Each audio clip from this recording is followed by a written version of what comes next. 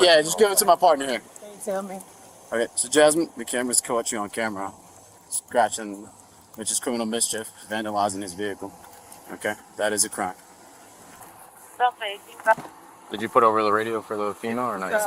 So what do I have to do? I'll do it if you don't. I'll explain to you. When we first got here, it was a girl named Brooke, and she was going crazy over here, and the police came, and it was us. You get your info Right now, it's us. I ain't do nothing, so he ain't asked for this. I'm just here, so. You have no relation to this person? He's supposed to be our boyfriend, but you know. You're both your boyfriend? She had more dealings, so. We were here. Alright, It was so a girl named I need Brooke. your information. No, I'm not involved, so. I You don't. just say he's your boyfriend. No, I did not. I said he's involved with her. She talked to the officer. I haven't said a word. Oh, I'm sorry. I thought you said our boyfriend. No. I didn't know what was going on. No, I'm trying to figure it out. Hey. For myself in Foxtrot 2-3 at Harrison in the stands. 17 and That's your boyfriend? Yes. He knows it. Okay. Who are they to you? Nothing. Nothing to them.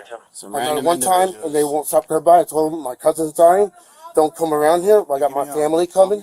What started as a simple disturbance call quickly turns into one of those scenes where nobody seems to agree on even the most basic facts. One woman says they're living at the house. The homeowner says they've never lived there. Another woman says she's not involved at all. Moments after someone calls the man her boyfriend. Safe to say, everyone's version of the story comes with a few missing pages. As officers begin separating everyone, they're trying to answer one question before anything else. Who actually belongs here? Because until they sort that out, nobody's story is making a whole lot of sense. And judging by how emotional everyone already is, this conversation is only going to get more complicated. Angry. I'm shaking. Sorry. Shit on. I mean, they're begging, throwing the cooking to my door. Then she did that to my truck right there. I have a question. Have you ever seen them before in your life? One time, they came by here after the club For what? to hang out, to try to flirt with me, try to get money from me. And I said, no. They're just strippers. And then they're trying to like, just like try to, Do you happen to have your ID? Can you get from me? And so I went to a strip bar. And Just grab your ID from me, please. Well, the reason why there's a lot of us is because the call came from him saying that there's two late people he doesn't know trying to break into the door. So Oh, See how he's lying? listen. I mean, I can see that. I can see now that's not the case. do you want to see our messages up here saying he loves us? He loves Now me. the stories really start colliding. The homeowner insists these women barely know him and claims they only showed up after meeting him recently. The women tell a completely different story, saying they've been staying there, have personal belongings inside, and even have messages to prove it. At this point, officers aren't interested in who's winning the argument. They're looking for evidence. According to deputies, the original 911 call reported strangers trying to break into the house. But after hearing everyone speak, it's becoming clear this isn't a random trespassing case. It's a personal dispute that's gotten completely out of control. The next step is figuring out who's telling the truth. This is crazy. But can you say that he's showing footage, but he lied and said that people was breaking in his house that he didn't know. Oh, You well, clearly we'll know. see the footage now and go from there. You're right, so why she be trying to insert herself and shit? The same way she running up to the car every time. can't talk like this in front of my house like this. What's your That's too much of a show. Okay, so you should have invited us in like, alright, My sisters. it's cool. You are such a liar. Don't stop. Don't start that. And she been calm for stepping outside like she involved. You have no involvement in it. But don't talk to him right now. I'm talking about that other girl. You see she keep coming outside? They wouldn't leave. I got the phone with you guys. My girlfriend was calling you guys, and they kept on throwing that coconut against my door. I'm gonna make sure you come outside, ho. I'm gonna make sure you get up out your bike too.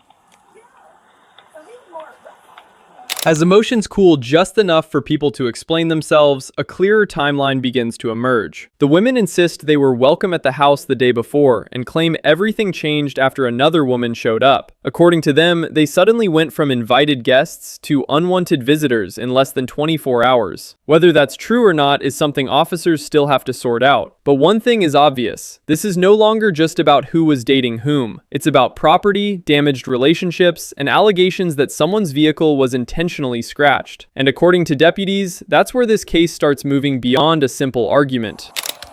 And then he just stand there like I'm nothing? Like I'm not shit. Like we haven't been laying in there all together. Here yesterday, it was the same. Yes. It was the same thing. You found out, or you didn't know? No, we actually went in. We chilled, you know. We was had together. drinks. All of us was We together cool. yesterday. Okay. Yesterday, And all of then us was we together. left. We ended up leaving. We came back. In the midst of us coming back, he was coming outside with that young lady that's in there. And he was like, oh, He don't want to give me my friend. clothes. He don't want to let us come. Gotcha. We were all just together yesterday. Like, okay. We were all just What's together up with you? yesterday. I can't believe he did this to me. I'll tell you in a He second. had my clothes in here. How can I get I got a tire in the back seat of my car. Can you put them in yours, holding there while I do everything else? Okay, thank you. All right, you are being detained at this very moment. Okay, can you do me a favor? Can you put your hands behind your back? Can you turn around for me? Can you turn around? Thank you so much. I appreciate it. Why am I being detained? I'll explain everything in a moment. Unfortunately, this is where the conversation stops being just another neighborhood dispute. While everyone has been focused on the relationship drama, officers have been reviewing what the cameras captured. According to deputies, the footage shows one of the women damaging the homeowner's vehicle. That changes everything. Arguments are one thing, property damage is another. Once officers believe they have evidence of a crime, the investigation takes a very different direction, and someone who expected to leave with their belongings is now facing a much more serious problem. Yeah, just give it to my partner here. Can you tell me? Okay, so Jasmine, the cameras caught you on camera scratching, which is criminal mischief, vandalizing his vehicle. Okay, that is a crime. Did you put over the radio for the female or not? So what do I have to do? I'll do it if you don't. I'll explain to you in a moment. Do I have to go to jail? Just have a seat for now. Just have a seat for right now. Do I have to go to jail?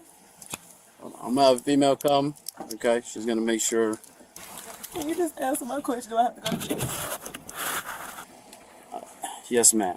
You do. Okay. What? Because you can't vandalize somebody's car. Just have a seat for me, There's please. no Sir. stuff in there. We stay here. Just have a seat for me, please. Please. Okay. So I have to go to jail tonight. I'll explain to you in a moment everything else. The tone changes almost instantly once officers explain why she's being detained. Instead of debating who was invited to the house, the conversation now centers on the alleged damage to the vehicle. Deputies explained that, based on the evidence they've reviewed, they're moving forward with an arrest. To her credit, she stays noticeably calmer than many people do in this situation. She asks questions, wants to understand what's happening, and even begins asking about the booking process. But regardless of how polite the conversation becomes, the decision has already been made. According to officers, the evidence speaks louder than the argument. How y'all processes work out here? Well, it's Friday, so right now it's already too late. So once she goes in, they don't work on Saturdays and Sundays, so she doesn't have to wait till Monday. Oh my. Alright. Do you have an ID on you? Can you get that? Thank you. You don't have to. This is for you. I just need to know if you want your jewelry to go with your friend. That's all. I need you to verbally say yes. I need a verbal yes. I don't want to talk like that. Okay. Okay. Well, then I would have to take the jewelry with you. Not the Give the jewelry to my friend. Okay, thank you Is so that much. better? Yes, ma'am. That's all I require. Thank you so much. Thank you. All right. That's cool.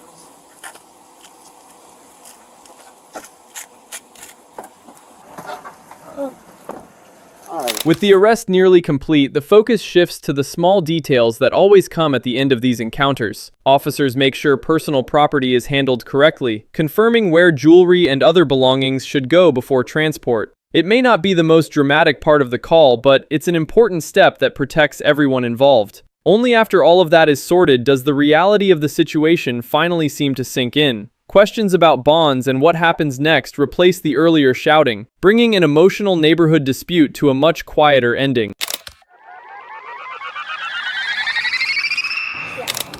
So did you plan on paying for the nails? No. You didn't plan on paying for the nails? No? Not at all. Why not? Because I'm the fucking queen. I don't need to pay for anything. No problem. So she came in for service and we done it. When we go ahead and pay, she had 2 different cars and none of them work. And she claimed that she want to work, go look for her mom shopping. And I just follow her, keep her distance. And she just walked all the way over there and asked her where the mom shopping at. She's like, well, just call the cop there. Okay. All right. Yeah, my car's not going through. My mother just left. So. Okay, so can you call your mother over here? I don't have my phone's dead. Where's your mother shopping at? She literally left. We were shopping over here. Literally left where? Yeah. How were you planning on contacting her if she just left? I don't know. But I don't know what to do. So. Okay. You have your ID on you? No.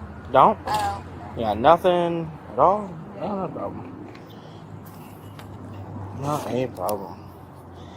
Things are already getting confusing. Officers arrive expecting a simple payment dispute, but within seconds they're hearing a story with more holes than a broken fishing net. First, it's 2 declined credit cards. Then mom supposedly disappears. Then the phone is dead. Then there's no ID. Every answer seems to create 2 brand new questions. The employee says she followed the woman because she feared she'd simply walk away without paying, while the woman insists everything is just an unfortunate misunderstanding. The officer stays calm and starts working through the basics, but you can almost see him mentally keeping score. So far, nothing is lining up, and we're only getting started. Unfortunately for her, one small detail sitting quietly in a cardboard box is about to make this conversation even stranger. Hey, it's Cameron. Can you put me through to a number, please?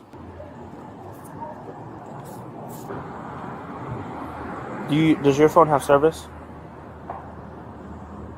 Does your phone have service? I don't have my phone. No, I'm aware you don't have your phone. Does it have service? Like, can you call people from it? No. What is the point of me calling then?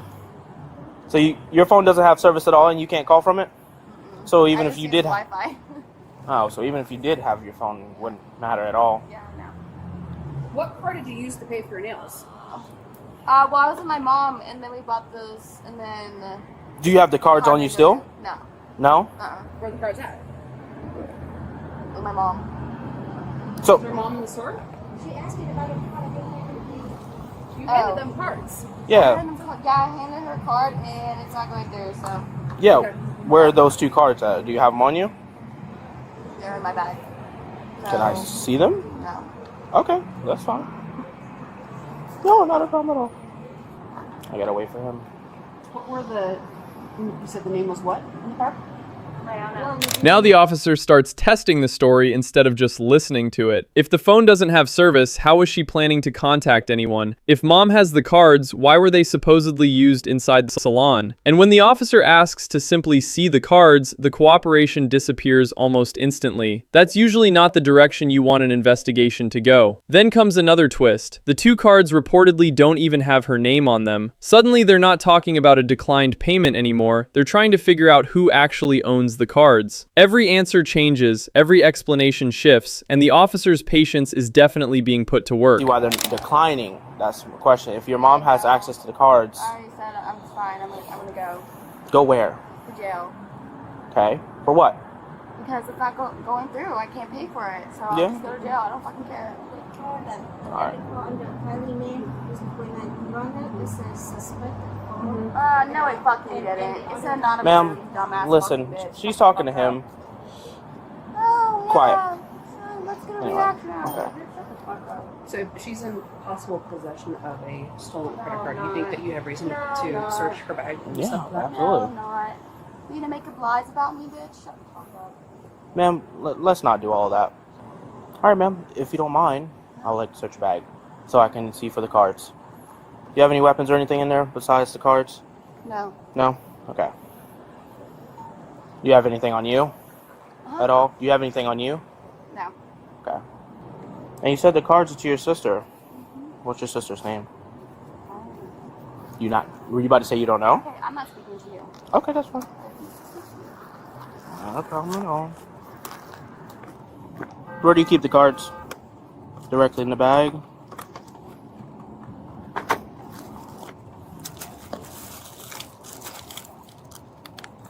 It's a lot of stuff. What's all this right here?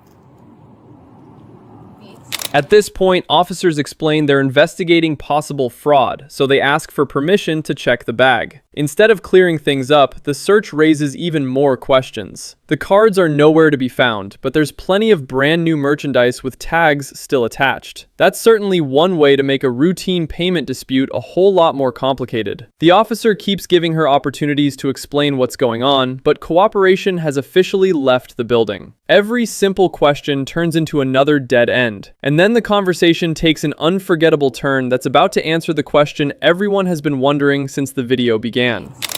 Yeah, I get that, but why do they still have the tags and everything on them? Okay. Because I bought them. Okay, did you buy them today? No. When did you buy them? Anyway, I'm not speaking to you. I just speak to you. Okay. Still just trying to help you out. So where are the cards at? Because they're not in your bag.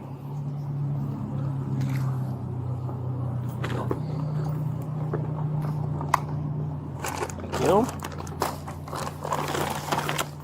Not in this bag. Play soccer?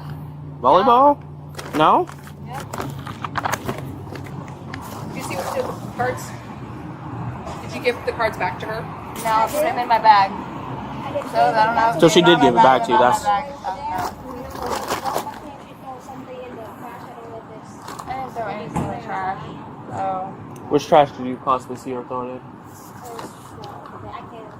All the way over there? Okay. You want to show me? Yes. So did you plan on paying for the nails? No. You didn't plan on paying for the nails? No? Not at all. Why not? Because I'm the fucking queen. I don't need to pay for anything. So you didn't plan on paying for the nails at all? I should be let go right now, actually. Just be like, have a great day, Leona. For what? Nice seeing you. Well, you just got service done. Yeah. Well, yeah, that's. We wouldn't have gotten Have a called great if the whole card As went you see through. me, like, oh, hey, you got it. You can leave. Right. Yeah, everything should be paid for. I shouldn't even have to say anything. I walk in, I get it paid for. What'd you get the bearded dragon for? Well, there it is. When asked whether she ever intended to pay, she delivers a response that's probably going to live rent-free in these officers' memories for a long time. That's not exactly the defense strategy most people would recommend. According to officers, she openly says she never planned to pay at all, and even suggests everything should simply be given to her. Meanwhile, investigators are still trying to sort out multiple names, missing credit cards, and a pet store purchase that somehow succeeded when the salon payment didn't. Every new statement seems to contradict the last one, and the officer now has even more reason to verify exactly who he's dealing with. Things have officially moved far beyond a nail salon bill. Annie? Yeah, And you sure you don't have a middle name? it's Leona. So, Irene, Leona. Keep in mind, I did have you spell it twice, and you didn't come up with Leona. Yeah, but that's my name. I go by Leona. Everyone knows my name. Literally fucking everyone. I don't know your name. You I don't do. know who you are. You know your name, my name. Everyone knows my name. Really? Yeah. I've never seen you in my life. That's why I'm. Shut the fuck up and give me what I want. Alright, ma'am. Do me a favor. Go and stand up and put your hands behind your back.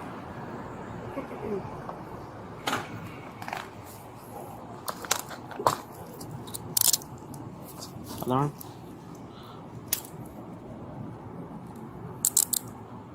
Alright, come on this way. You can't take my bearded dragon? Oh, we'll worry about your bitter dragon in a little bit. Will you get my stuff too? Yeah, absolutely.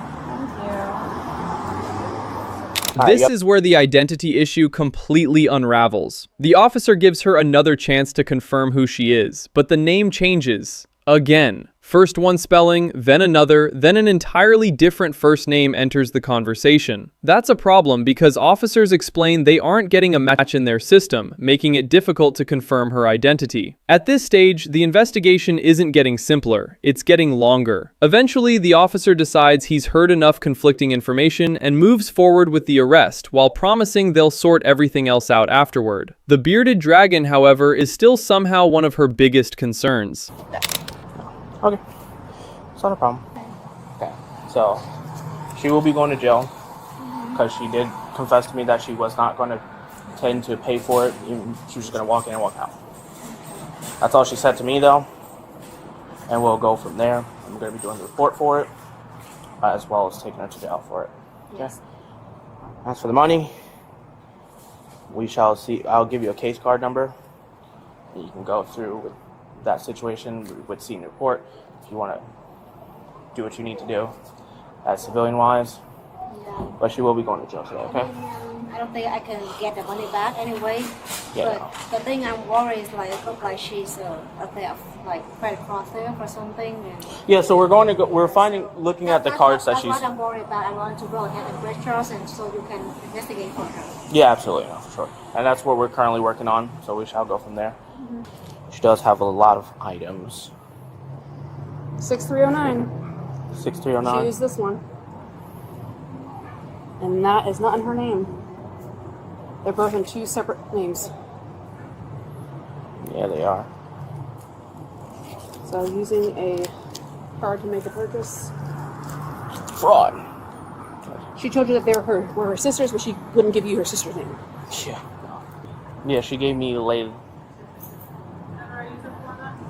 No. Yeah, I heard him. She was at Will County. Yep, she was out with County. This morning, gave false name, and then became irate.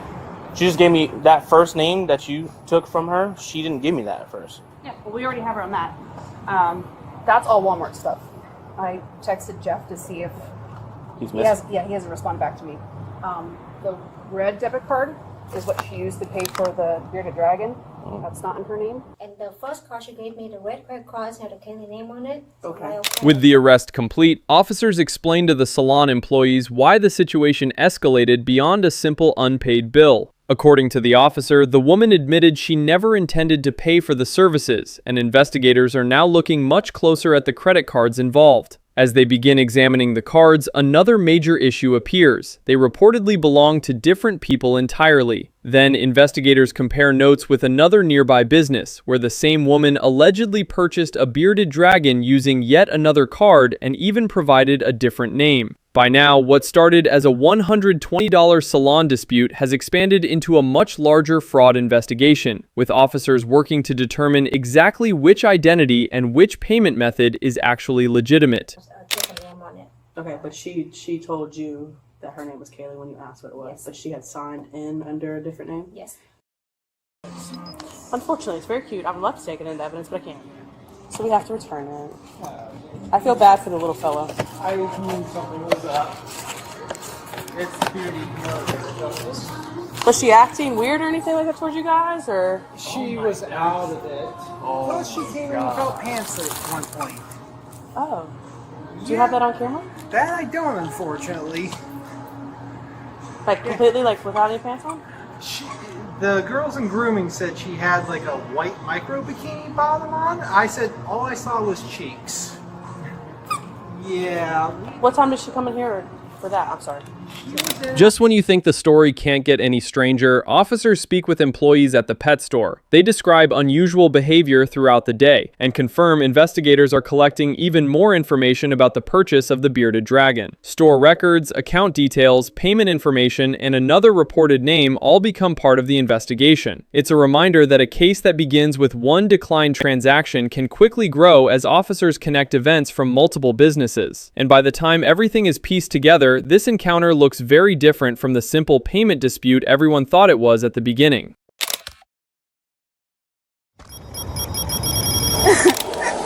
What's today? Are you wearing a bathing suit or what is that right there? Why you told me? No. Stop. Just tell me. Is it You dope? married or something? No, it's no dope. I promise. How you doing? Do me a favor, go ahead and step on out for me. Step on out for me. What did I do? Step on out for me. Turn around. What did I do? Turn around. Look like somebody you have a warrant. I have a warrant for what? Maybe. Are you serious? Do you have anything on you? No. Why do I have a warrant? Okay, hold on. I don't have a warrant for what? Hold on. Do you have anything that's gonna poke me, stab me, anything like that? What's your name? Miranda. Miranda? How do you know him? It's a friend of mine. I've known him for like a month. A month? Okay. What do I have a warrant for? What the fuck? Hold on. Can you tell me Say what? what I have a warrant for? What's your thing? I don't have no ID. My name's Miranda 94. Huh? Hold on a second. No, please don't tell me I have a warrant for what? What did I do? We're gonna run your name. For what? Do you have the... Alright. What am I going to do? Hold on. Just wait. It's okay, alright? Just calm down. What am I going to jail for though? Can you tell me? Yeah, we'll tell me. At this point, the confusion is giving way to something much more serious. The woman insists she has no idea what's happening, but the officers have already heard enough to believe this wasn't just an innocent conversation. While she's searching for answers, they're focused on collecting evidence, and judging by how calm they are, this stop isn't based on a guess. She keeps asking what she did wrong, hoping the answer changes the next time she hears it. Unfortunately, that's not how this works. According to officers, the investigation had already taken place before they ever approached her. The questions they're asking now are mostly about confirming details, not starting from scratch. Even so, she's still convinced there's been some kind of misunderstanding. But in just a few moments, officers explain exactly why she's being arrested, and that's when reality starts setting in. What's your name? What's your name? Miranda. Do you have anything on you that I need to know about? Be honest with me, and I can take care of it. All right, you have nothing on me. I just searched the backseat of my car, but find anything in stores. 100%.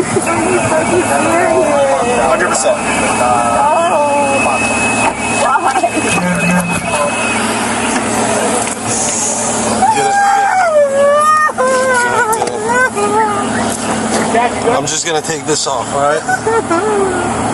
May I have a cigarette before I go? Please. We'll get you one and you get to talk to somebody, alright? It was $60 for head and back. Channel 2, right? Yeah.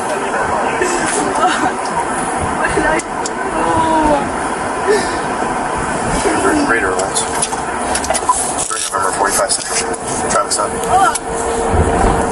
Fucking serious. Can I ask you guys a question? Hold on. Please. Question, please. At 3 November 45 Central.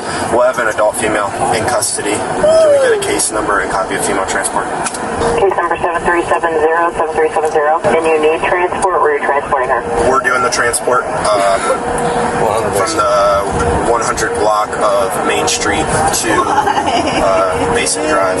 My starting mileage is 771. It's 200 block of Fairview. My apologies. The 200 block of Fairview. Can't be happening right now. The investigation is now shifting from the street to the paperwork. And believe it or not, this is where a lot of cases either get stronger or fall apart. Officers are coordinating transport, documenting the location, and making sure every detail matches what happened. Meanwhile, the suspect is still trying to process the situation. Just minutes ago, she was asking what was going on. Now she's hearing numbers, case information, and radio traffic that make it pretty clear this isn't ending with a simple warning. It may not be the most dramatic part of the encounter, but these routine steps matter. Every report, every transmission, and every confirmation helps establish the timeline. And coming up next, officers formally advise her of her rights before asking some questions that take the conversation in a very different direction. Miranda, have you ever been charged with prostitution before? Never. Let me, The CH goes to... CH needs to go to November 23. Yeah, 23. Hey Justin, you got your computer up? I'll send her the CH to you. Yep. 3 November 46 Central. Well, we're gonna go. So what's gonna happen now is we're gonna go. I'm so hot. Can you I know. run a CH? We're almost to where we need to go. We're Just hold on a second. And can you send it to 3 November 23's screen, please? Appreciate it. what? Yeah, they're gonna let you smoke a cigarette. So you're gonna go talk to some people and 3 November 23. they're gonna talk to you and ask you some questions. So just be honest with them and you know we can figure this out. Okay? Am I gonna go? Probably. I'm supposed to get my daughter at 4:30. Where at? I don't know. Please. Now comes one of those conversations that's surprisingly calm considering the circumstances. The officer isn't yelling or trying to score points. He's simply asking questions and giving her an opportunity to explain herself. She says she's never been arrested for prostitution before, and the discussion quickly shifts toward what happens next. The officer encourages her to be honest when detectives speak with her, which is usually good advice regardless of the situation. Then the conversation suddenly becomes much more personal. She mentions her young daughter, and for a moment the confident attitude disappears. It's a reminder that behind every arrest is a real person's life, one that's often far more complicated than the few minutes captured on body camera. But the officer isn't finished asking questions. The next topic may explain why she ended up here in the first place.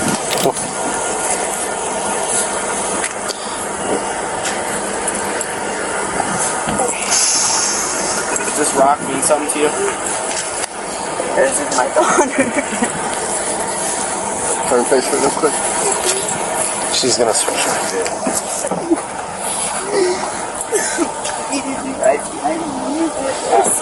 Here's these people that are about to come talk to you.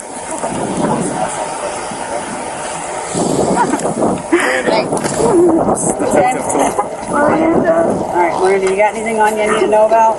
I mean, right down to a life kind of thing. Please be honest. Sucked in your bra, I don't want to go. Nothing? No money, no nothing up here? She's got 10 cents. Yours, what was Why it? are you all wet? What is it? The case number. Oh, I didn't pull one. Hold on. Yeah, we did. Yes, she said it. Hey, do you remember the case number? As the transport continues, officers keep checking for anything that could become a safety issue before entering the jail. It's a routine part of the process, but these searches sometimes uncover surprises. The questions seem simple enough, yet one detail immediately catches the officer's attention. Whatever she's trying to hide clearly isn't staying hidden for long. Sometimes people make these moments far more awkward than they need to be. Instead of getting everything out of the way during the first search, they hope one last explanation will somehow solve the problem. Spoiler alert, it usually doesn't. And what officers discover next is probably not the answer anyone expected to hear. What's today? Are you wearing a bathing suit, or is there, what is that right there? Why do you have toilet paper? No? Stop, just tell me. Is it You dope? period or something? No, it's no dope, I promise. That's toilet paper. I gotta pull it out.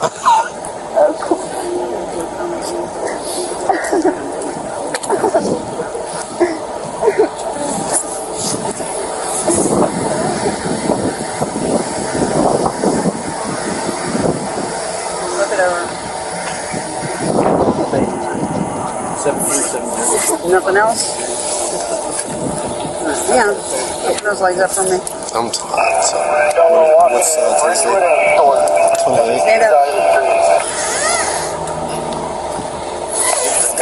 Drop the paper on the ground. Just drop it on the ground.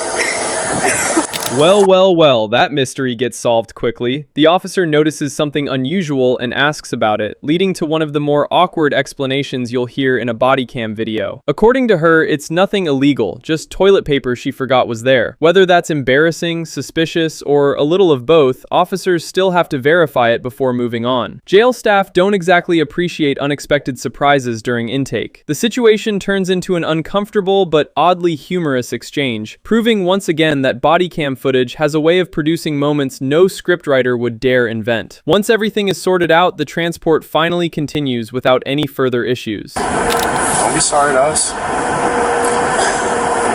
Like I said, people make mistakes. It's not too late to turn them around, alright?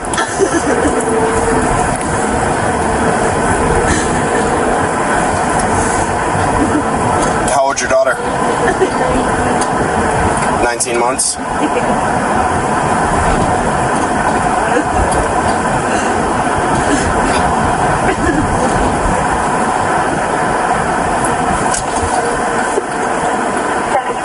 Three copy a shoplifting. The lights? Dollar General 2745 North of Land. Yeah, I'm sorry. Suspect left in a red Ford Ranger 4-05 Alpha Lima Romeo. Suspect stole about $300 worth of cleaning products. ongoing issue. Tax coming back to a Douglas, showing out of New Smyrna on a red board. 22 Central, pull me on my phone. What was the DOT?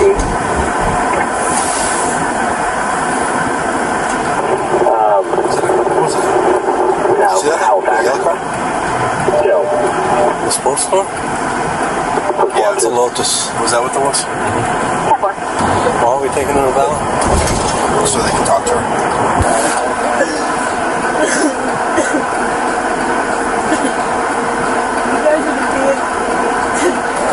What? The van. The van, yeah. It's where we're going. Yeah, before you get to the jail, they'll let you go. Yeah.